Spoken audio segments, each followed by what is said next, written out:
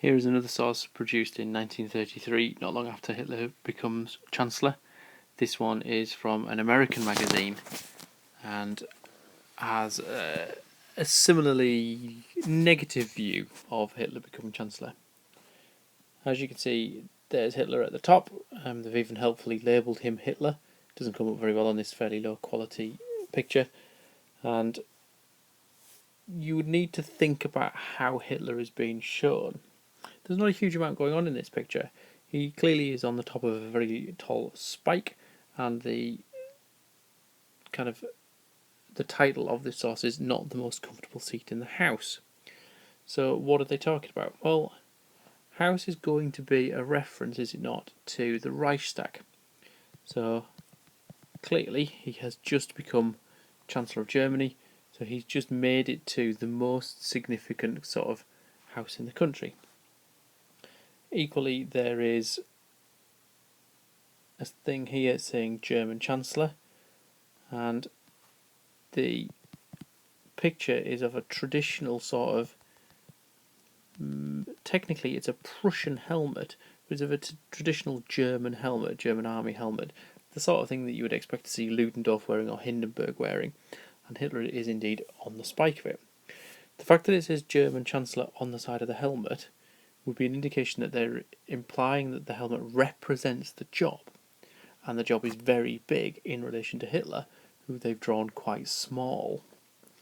So there's an implication in this source that Hitler isn't big enough for the job, that he's small in relation to the helmet, and not the most comfortable seat in the house is that obviously the helmet is poking him up the bum. So he looks worried, teetering, uncomfortable, however you want to phrase that, I guess. So what sort of questions are they going to ask about this type of source? Well, again, it's possible that they would ask you how is this source useful? I think for this one it's probably more about how is this source useful in understanding Hitler's ascent to the chancellorship, i.e. how useful it is in understanding kind of his success. Not sure of the exact wording, but something like that. How is it sort of useful in understanding Hitler's ascent to the chancellorship? Or, obviously, there's the possibility of the inference question.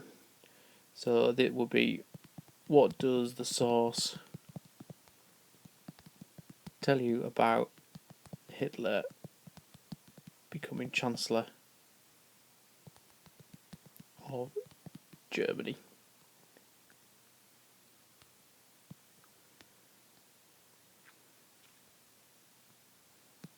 So here we have a provenance and content question, and here we have a inference question. So as you can see, whatever the source, quite often it's the same style of questions that they're able to ask from it. Here, if you were answering this as an inference question, you're going to be talking about he isn't big enough for the job. There's an implied sort of he's too small to take on the job of chancellorship, which obviously was very challenging in 1933, and that it's going to make him look and feel very uncomfortable. Alternatively, talk about what the source tells you, so it's the same sort of idea in order to talk about the content of it for question 1D, but you'd be talking about the fact that it was produced by Americans. So America wouldn't be worried about Hitler, probably would see him maybe as a bit of a joke, hence his depiction there, and possibly that he wouldn't be very successful in his role as Chancellor. He wouldn't manage to kind of hold on to the job or turn it into a success, and clearly we know that that's not the case.